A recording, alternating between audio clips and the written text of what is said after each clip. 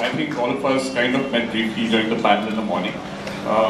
You've already heard what I do for a living, so that's me on LinkedIn. If any of you find a talk handy, please feel free to connect afterwards. Why I'm here today is, let me first admit, I don't understand the first thing about education and learning. I'm here to offer an industry view. I understand that DSB is one of the first AI-first schools, and if I look at what's happening in the industry, at least ours, we are adopting AI in a big way. So what I'm going to try to do today is just share a perspective of how AI is actually transforming and disrupting the industry that I come from, which is marketing and advertising.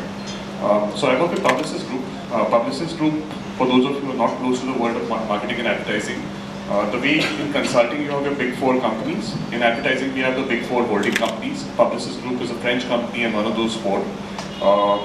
And yeah, it's a French company in a German school, but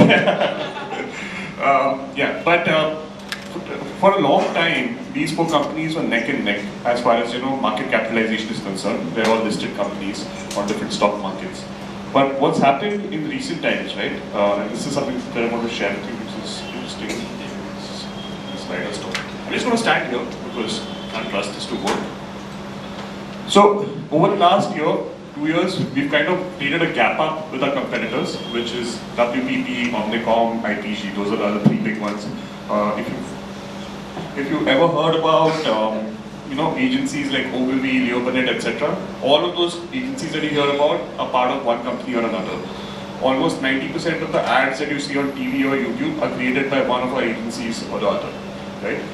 The reason we've been able to get this gap up versus a competition, right, where they've degrown or grown moderately, we've grown 42%, is because we've been the first adopters of technology and especially AI in our industry, and that's starting to bear fruit for us now.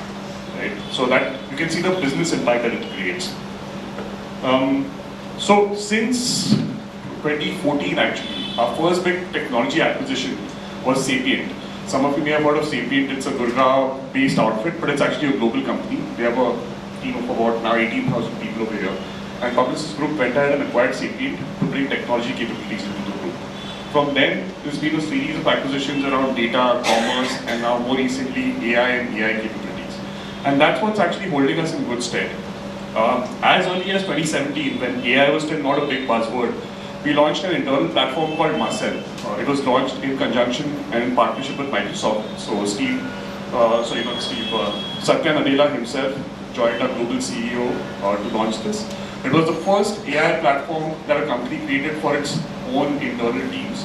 The way it works is, the AI platform has all our data, in terms of our skills, our capabilities, our history, and so on. And based on that, it is able to globally match people for the right projects, for the right kind of opportunities, for the right kind of trainings. So tomorrow, if there's a Budweiser brief happening in the US, all we have to go is go on this tool, and it will find the best talent for us from around the world. So it's a very, very interesting application of AI. But what we are really getting into right now is generative AI, and that's a whole new beast, right? So that brings me to the topic today, which is what I like to call the age of augmented intelligence. And the argument I make today is that it's actually a completely new era, if you will, right? So AI is at an inflection point. I think we all know that. That's why we're here in this room. It's probably the most spoken about topic at this point of time. Dominates the news and headlines everywhere. All kinds of crazy things happening. So I'm just going to take a minute to talk about what I think is an important frame in which to think about generative AI. I touched upon this in our panel this morning. If you think about ages that have transformed humanity, right?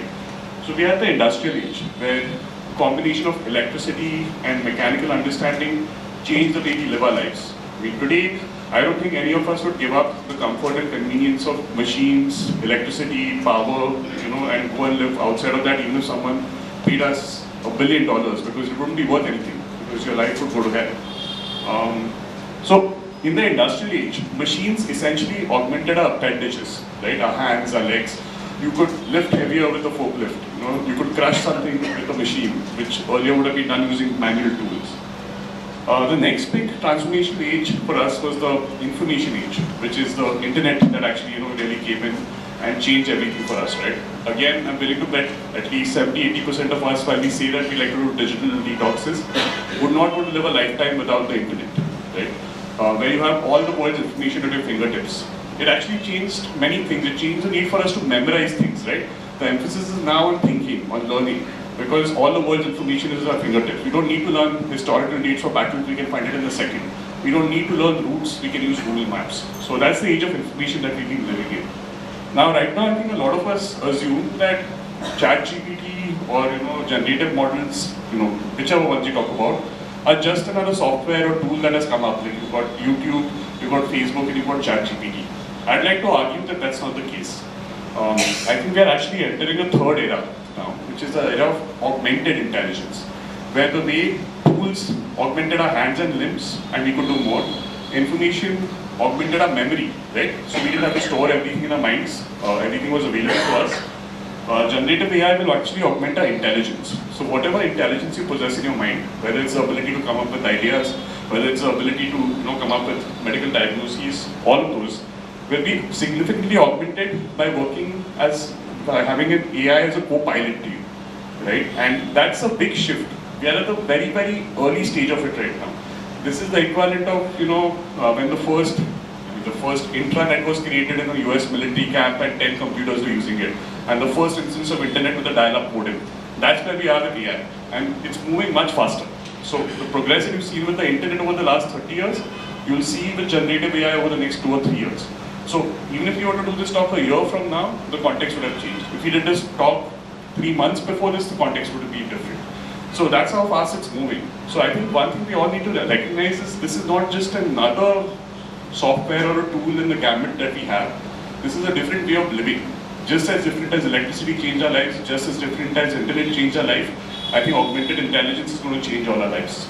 And that's something I'd really like to sink in. So what this means is, I heard some talk earlier about people who are technology optimists, technology realists. My submission to you is whether you're an optimist, pessimist, realist, it really doesn't matter. The genie is out of the box, right? You can't put it back in. It's out of the bottle, you can't put it back in. So the fact of the matter is, if we were having this conversation at the start of the industrial age, and you insisted that my child should continue to use bullock carts while other children use cars, your child will eventually be left behind. Right? You may not be able to see it right now, you can only see these things in hindsight. Or when the internet came in, if you insisted that I'm going to homeschool my child, they will only use Encyclopedia Britannica. A, for the sheer volume of information available out there on the internet. B, the pace at which the world is changing. The information that they study would be outdated in maybe 3 years or 5 years, right? That's the fact of the matter. So we are at the cusp right now where if you hold back from adopting AI, you're basically and effectively going to be riding a bullock cart while the rest of the world drives a Ferrari, right? That's where we are at. So you may like it, you may not like it, but it's not going away, right? People have tried. If US makes regulation, EU makes regulation, China will make advances. So you're really not going to stop the progress of technology once it's out there.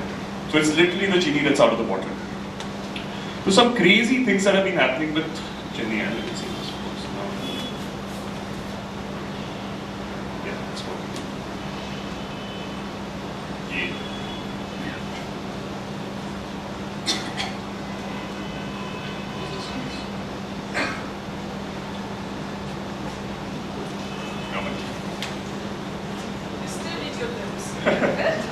So the one thing that has now been solved is presentation technology. We've solved for everything else. Right. So it's changing, right? We spoke about how videos can be generated instead of shot. I think in the chat that we had with Google in the morning, we touched upon the fact that even how surgeries are conducted, how medical diagnosis is going to be done. All of it is changing. So I've just put in a few interesting things that I've come across, and I highly recommend that all of you. I'm sure most of you are on Instagram. One, check out this page called the AI page. So they keep posting all the new things that are happening in the world of AI. It's extremely snackable, extremely consumer friendly, and just keeps you posted on what's happening out there. So we're seeing some never before imagined possibilities. A year back, if someone told you that I could put electrodes in your head and visualize your dreams, would that be believable? Right? But today we're there. If I train a model, if I forget complicated technology, if I just put 1,000 people while they're dreaming under an fMRI, and I train a model on that fMRI data, over a period of training, it will start, I keep telling it what I dreamed about, it eventually starts forming a picture of different signals and what they mean when you dream. So a company in Japan has actually done this. They claim that they're able to visualize your dreams using AI, right? Very spooky technology, right? So there's AI that can actually use routers, the signals that bounce off routers, to without a camera tell you if there are human beings inside a room. Now, all this technology can be used because it basically analyzes the shape and the way the signals bounce off, right? And it's able to detect whether there are human beings in the room. The reverse of what I spoke about, the Japanese company, there's an AI company that's saying if you have bad dreams, we'll be able to control the quality of your dreams using AI. So, I mean, that's the absolute last bastion, right? Our minds. So that's where it's going. So also spooky things happening. There was this interesting one where AI was asked about, world peace and how do you run things better at the UN. And this particular AI robot actually told us that we could run it better than human leaders. I think it was all over the news. She actually said humans are stupid and yeah, it's pretty controversial. But there was a more tangible instance where, there's deepfake technology that exists now where we can clone any of your faces and, actually create videos out of it. Where if you make a video call to, say, your parents and say, hey mom, I'm in need of money, I mean, they're not going to disbelieve it. So that's exactly what happened over here, where a Hong Kong company, they cloned the CFO made a call to the employee, and the employee transferred, I think, $25 million out, and then they later realized it was deepfake. So some scary things happening out there as well. And things that are worrying us, primarily job losses, saying, are we going to be redundant, what's going to happen, all of those things, right? So, yes, that all exists, but the fact of the matter is, I'm a big believer that if you want to know if something is real, follow the money. And if you see the amount of money that's being invested right now globally in Gen AI companies, it's in the trillions, not even the billions. Which means this technology will march ahead, which means we have no time to worry about whether will I be redundant. We only have time to worry about how do I upskill myself to stay relevant. That's the way I personally look at it. That's the only answer I have to people when they ask me what it's going to do. As a company, our point of view is that AI is not a hype machine. It's a growth accelerator. Every time a new technology comes in, yes, some people get redundant. So to give you an example for our industry, initially all your newspaper ads that you see used to be done as physical block artworks. Then Photoshop came in. All the people who were trained only on those block artworks, their jobs became redundant overnight.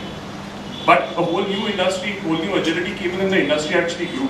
We had more jobs for artists and digital artists than we had before. So with every new technology, every new wave of technology, there are things that are scary, but there are also opportunities that get created. And we believe it's a growth accelerator for our clients' businesses as well. Now when we say AI is actually a very broad term, right? So I just wanted to touch upon this. AI has been around for a while, for a very long time, longer than we realize. AI research has been happening from the 60s. What people are really excited about and what's stirring the pot right now is generative AI. So there's artificial intelligence, which is a broad topic. There's machine learning, which is a way to train artificial intelligence models. There's deep learning, and within deep learning, you've got generative AI. You've got large language models, diffusion models. So ChatGPT is a large language model. Midjourney is a diffusion model. So to simplify it without getting technical, large language models are the ones that you interact with conversationally, and they can then further connect to other models and bring you stuff. Diffusion models are an interesting technology that uses the principles of thermodynamics to generate images and videos. That's all we really need to know. So, coming to, therefore, our industry, right? I'm speaking only to our industry, but I'm pretty sure people across industries are thinking about this. We believe that generative AI will transform the definition of work. And when I say work, it's two things. It's how we work, as well as the work that we create. What I mean by this is in my business, how we work is, we have tasks, right? So for us, writing is a task. Writing ads is a task. Creating videos out of those clips is a task. Creating images for print ads is a task. Coding for websites is a task. So all those tasks are getting transformed by generative AI. The second part of it is the end work that we create. So far, when there was only mainly analog technology, the extent of what we could do was a television commercial. Then when we got into the information age with YouTube and so on, that changed from being one TVC to personalized commercials started into multiple cohorts. So we may not realize it as individuals, but if you see a brand ad today, chances are you're probably seeing an ad tailored to your cohort. So if one cohort is, mothers with children between the ages of 10 to 20, the other cohort could be, women in the ages of 50 to 60. And each of those cohorts from a beauty brand may be seeing completely different ads. Okay. And that's what's happening right now. That's personalization. Generative AI allows us to take personalization to a whole different scale, and I'll touch upon that as well later. So let's jump into the first thing, which is how we work. So I'm not going to go through all the tasks that I spoke about, because then the whole presentation will be about that. I'll take the most interesting one, which is creation and production, which we touched upon a little bit in the morning. So let me just start by playing you a video.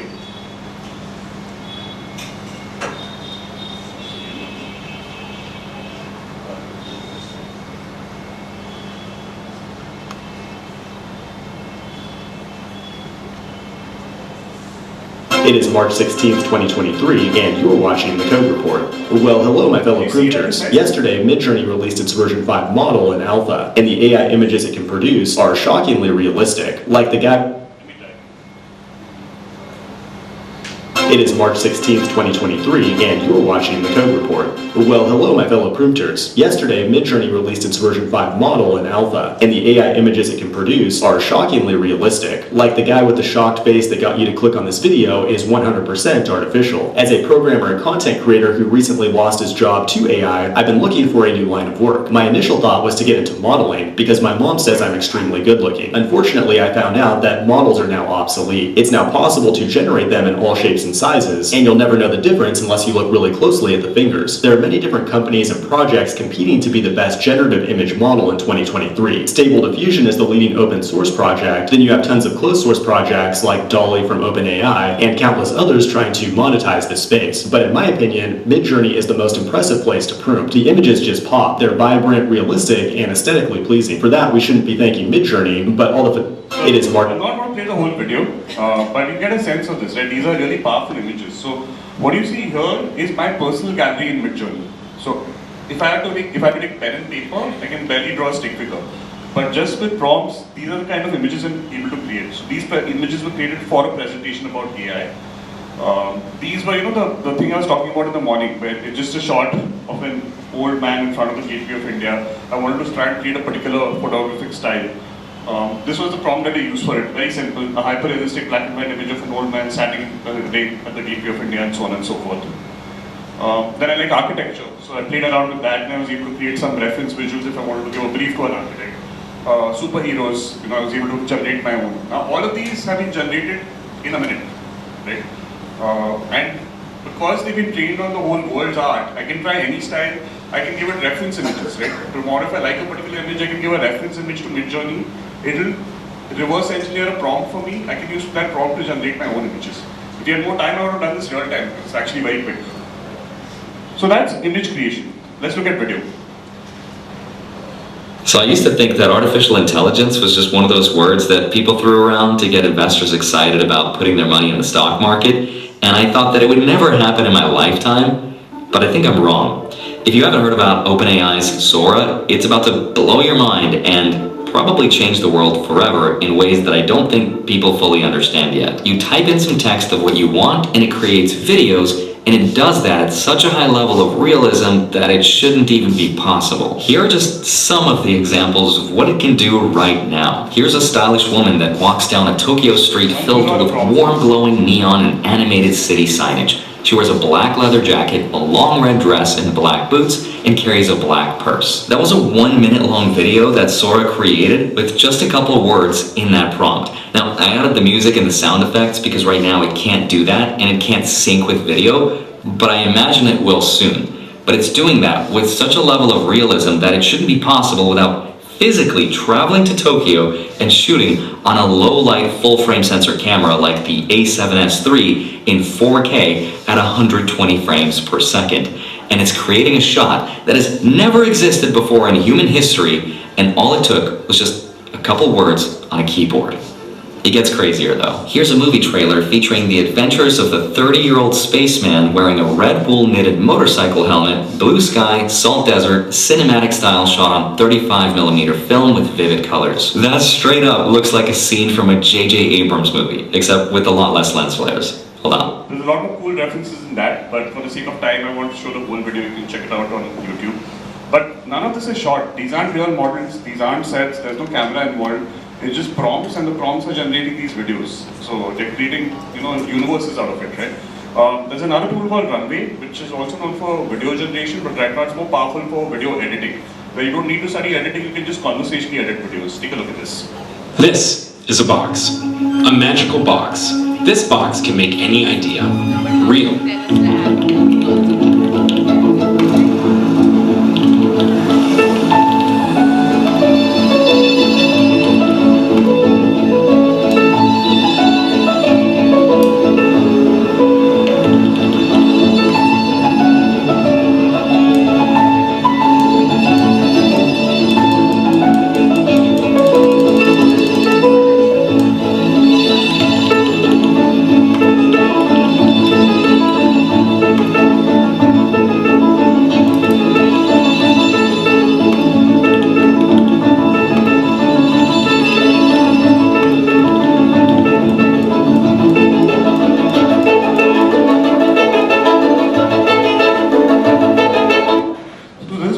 Looks like. It has all the tools that you, all this while I've had to go to a really fancy production studio for. Right from, you just select it, it can put it on a green screen, it can take stuff out from the background, it can put background, it's insane. Simple things like if you upload, the first thing I tried with Runway was, a classic Godzilla versus King Kong fight meme, which is a static image. I uploaded it and it instantly gave me a 4-second animated version of it with them going at each other. So it's something you should try. There is a free version to it. You get 4 seconds of videos out of it. But the last one for how we work, which I'm going to play. You might notice that I sound like Kanye West. No, Yeezy didn't record a voiceover for me for this video. I didn't learn how to do impressions. This is AI. So let me come back to my original voice for a second because this is crazy. Today on Metaverse, I posted AI Kanye covering popular song. Here's an example of him singing Day and night. Whoa, I toss and turn, I keep stressing my mind. That's clearly crazy, and I started thinking, what are the implications of this for the music industry? Now all you have to do is record reference vocals and replace it with a trained model of any musician you like, which is exactly what I did. I found this Kanye-style beat on YouTube, I wrote 8 bars, and I'm going to record them now, and then I'm going to have AI Kanye replace me. I got a fantasy that's beautiful, that's dark and twisted, but I attacked the whole religion all because of my ignorance. What was I thinking? That was some bitch shit. I lost Adidas, but I'm still Yeezy. Back in the kitchen, man, I'm a genius. Boys in the hood, just like I'm easy. Kanye, Weezy, Southside of Chicago, life ain't easy. All praise be to Lord Jesus, Donda, please rest easy. Alright, let me cut it there. So let's hear those vocals I just recorded now with Kanye. Yeah. I got a fantasy that's beautiful, that's dark and twisted, but I attacked the whole religion all because of my ignorance. What was I thinking? That was some bitch shit. I lost Adidas, but I'm still Yeezy. Back in the kitchen, man, I'm a genius. Boys in the hood, just like I'm easy. Kanye, Weezy, Southside of Chicago, life ain't easy. All praise be to Lord Jesus, Donda, please rest easy. Alright, let me cut it there. Yo, that new Yeezy track goes hard. Might win the Grammy. It's insane, right? So basically imagine now you're going to have a world where Grimes jumped onto this. Grimes is a singer. She's like, my voice is available for AI cloning. All you have to do is give me 50% of the royalties. You're probably going to soon have libraries of people's cloned voices. So next year, maybe a kid's birthday party, you can actually have Morgan Freeman narrating the entire video, right? Because once it becomes mass, anyone can license any voice. So it's just out there. That voice will follow the exact inflection, the exact style. So it's a whole different world out there, and which is one of the reasons there was a Hollywood strike in between. Because people who are at writers' rooms are going to be made redundant. There were guarantees asked for that you don't want to replace us with AI. But like I said, there's only so much you can stop technology. So in terms of how we work, just if I had to summarize, I told you the tasks that we look at doing. So there's writing, image, video, audio, 3D coding. There are tools for each of these, and there are multiple tools for each of these. I've just shown you some sample of this. So space is evolving very quickly. So we've actually been very cognizant of it. So that's Anupriya, our South Asia CEO. What we did was actually an internal hackathon saying we need to transform our business before someone else, comes and disrupts it for us. So here's a tool as a result of that hackathon.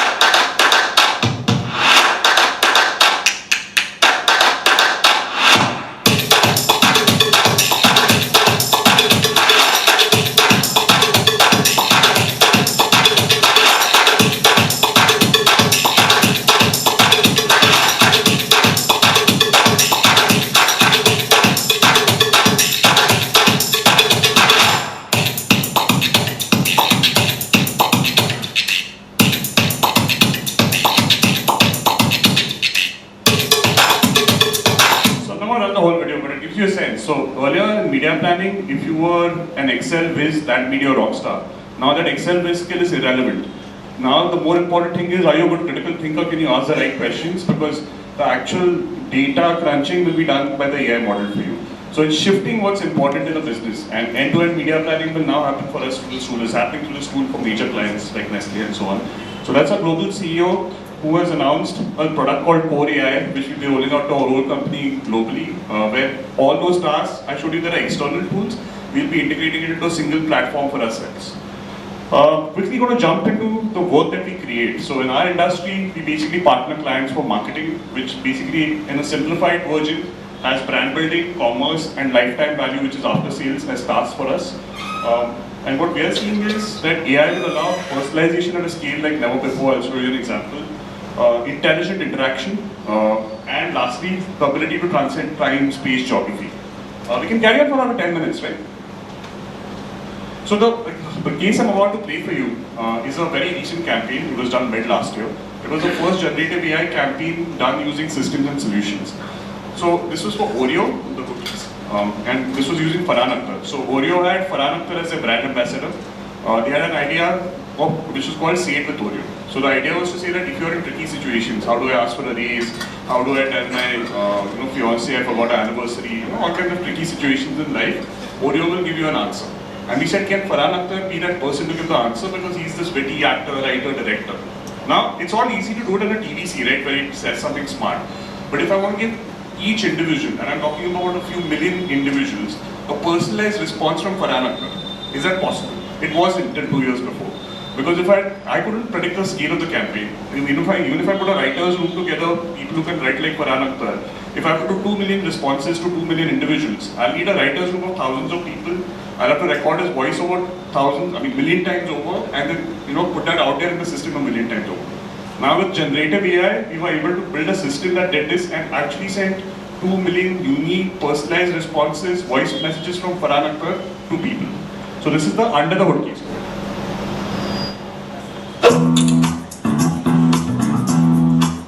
We spent hours recording Farhan Akhtar's voice and created a voice bank that captured his words, pronunciations, and emotions.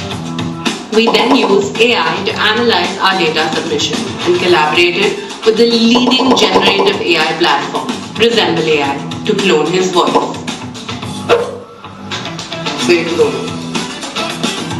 Then we partnered with Google to identify everything that people were struggling to say. We worked with ChatGPT's language processing model to generate answers for all these questions.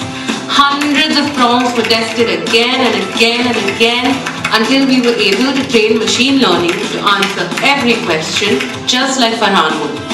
We even brought in Web Purify to filter out any negative messages and ensure all our messages stayed playful. Once this was all ready, we finally created a platform where people were able to say the things that they struggled to say. Here, people could type in their awkward questions and get a response in Farhan's words and his voice. The result? Millions of awkward questions were answered, millions of speechless situations were overcome, and millions of users chose to say it with Oreo. I like it. Good stuff. I'm going to play one more campaign for you. This is actually not by us, it's by one of our competitors, but it's fantastic. It's a fantastic use of synthetic video. Many of you may have seen this campaign but not realize how personalized it is. Big businesses and brands that suffered during the pandemic found their way back, but the smaller stores still suffer. This long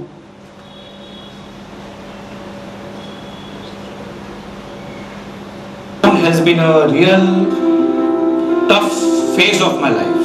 I have seen bad days, but this was the worst. Last year we helped small businesses through Diwali, so this year we decided to bring it back. Presenting not just a Cadbury ad. This Diwali, we helped hundreds of small businesses by making India's biggest brand ambassador be their brand ambassador. इस दिवाली आप भी ना अपने पास वाले fashion emporium से ही कपड़ों की shopping करना, और फिर एम्पायर फुटवेयर, नाम तो सुना होगा। अपना स्टाइलिश चश्मा बगल वाले हेवन आई ऑप्टिशियन से ही लेना। सिद्धिविनायक इलेक्ट्रॉनिक्स से लेटेस्ट स्मार्टफोन खरीद कर धमाकेदार सेल्फी पोस्ट करना। क्या कर रहे हो? मीठा लाए कि नहीं? लाया हूं ना यार, अपने पास वाले रोशन किराना से।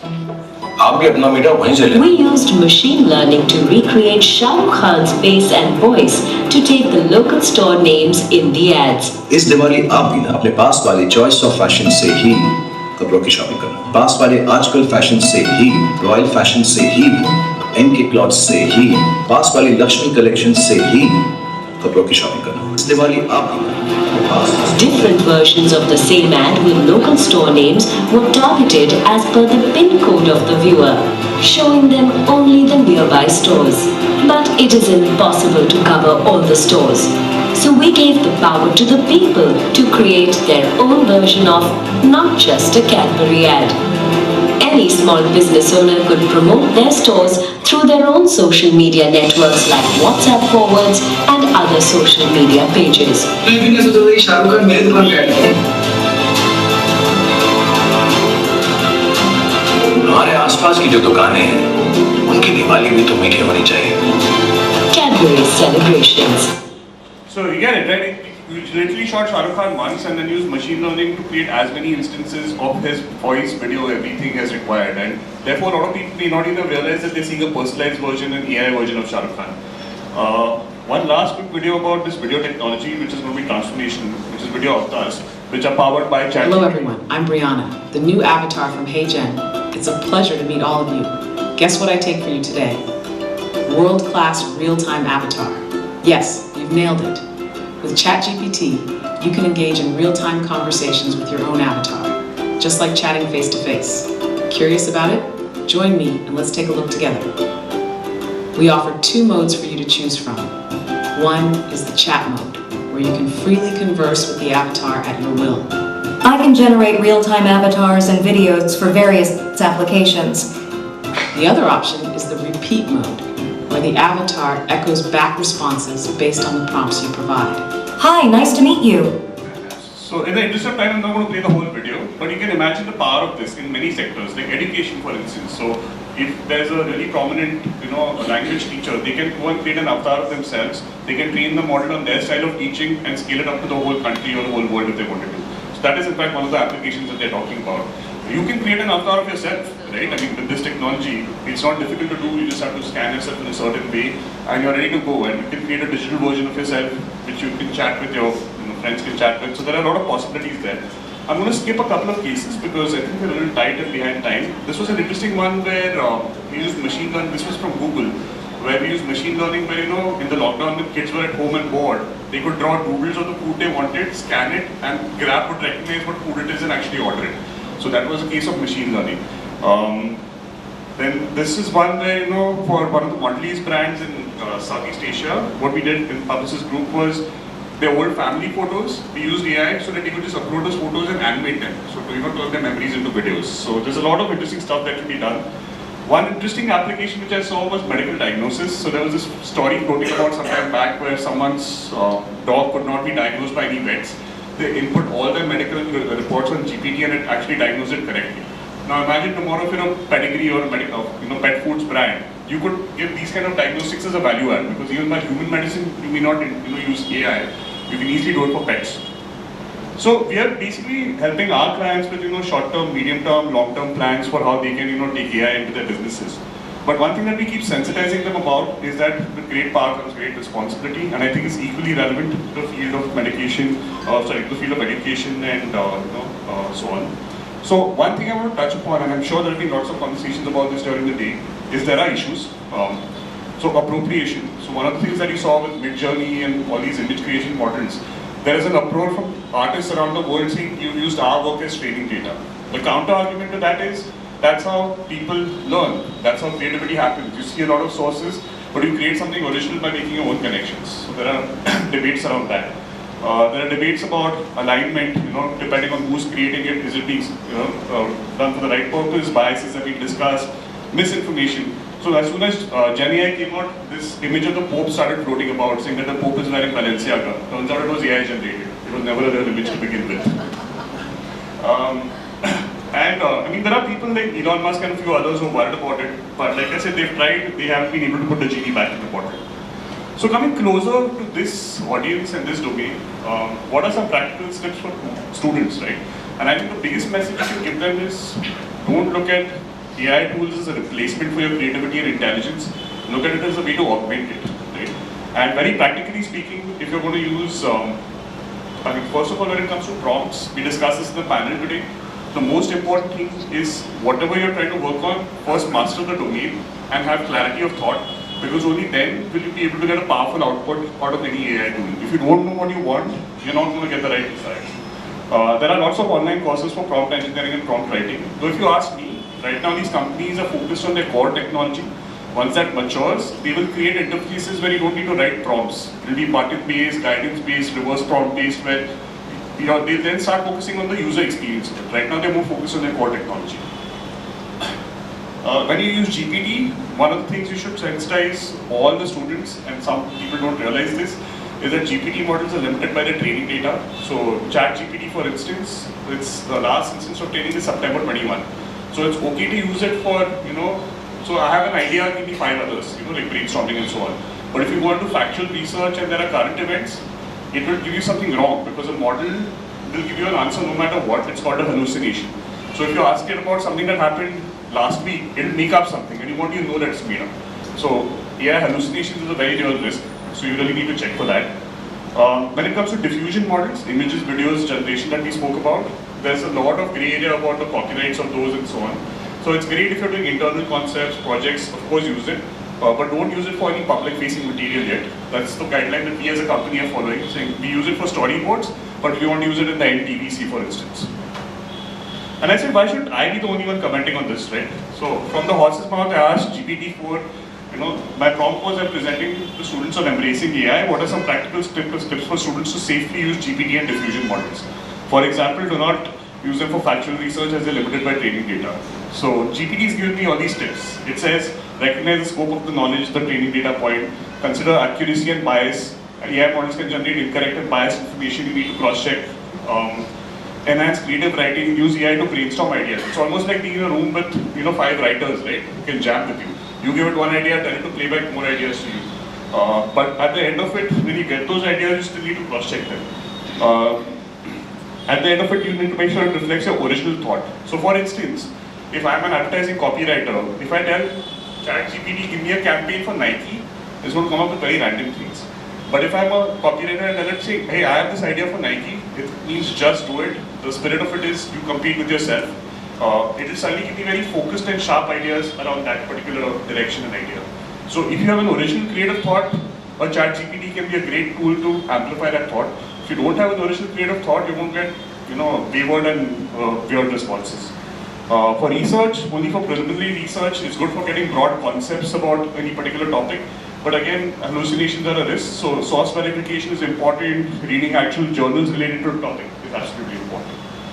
And there are a few others, so I'll share this with you. The point is, even for something like this, ChatGPT will happily tell you how to safeguard yourself from it, right? Ethical considerations, the point that we made about complement, not replace. So that's really what I had for you today. I think the message I want to leave you with is what I started with, is you can run, but you can't hide from generative AI. So if you're part of a school where it's AI first, I as an industry person feel that's a good thing. Because I know that in our industry, people who are shying away from AI are very soon going to be at real risk of not having jobs. Right? It's the analogy that we spoke about. AI is a Ferrari.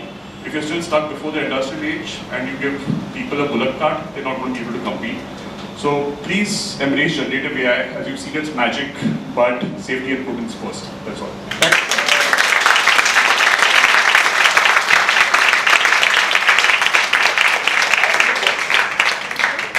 What my stepper in? Sorry, just quickly, 2 questions. The first is, with the artist, do the fees vary if you tell them that you're going to do it for 25 lakh, for 20 million commercials? Which artist? Let's say Yeah. So those are things that are evolving right now, right? So now a lot of actors and stuff are starting to put AI avatars in their contract. Right. So market forces will eventually determine how much people pay for it. But the way it usually works with these endorsements is you have a bulk contract and then you have licenses. So typically a big celebrity, you pay them like say 10 crores and you get 4 days out of them and you get whatever material and you can use it for XYZ. So now AI is being bumped into those contracts. Right. But celebrities are also smart. They're saying AI gives you infinite iterations, so I need to get paid extra for that. The way it happened earlier with social media as well. So depends on the celebrity. Okay, my second question was, so what you're saying is the way it's moving, maybe next year on our third community day, we'll have a hologram of you You can do that now. What's You can do that now. Oh, okay. If you have the intent, the time and the money, the technology exists. In fact, that's an idea we pitched to our clients. I spoke about transcending time and geography. Like some of the ideas we've been pitching to our clients is, for instance, having Satyajit Ray come and do an actual interaction. Because there's enough material out there where a model can be trained to speak like Satyajit Ray. Hologram technology exists, avatar technology exists. So I can actually sit here and have a conversation with you as a celebrity. Or I could go to a Kurt Cobain concert tomorrow and even react like that. The technology exists, of course it will have to be brought together and built. Approximate budget. What did you tell the client? Just curious. You see, it depends on how you do it, right? But something like this would be at least a crore plus. Sorry. Right now, it'll get cheaper because you're building it for the first time.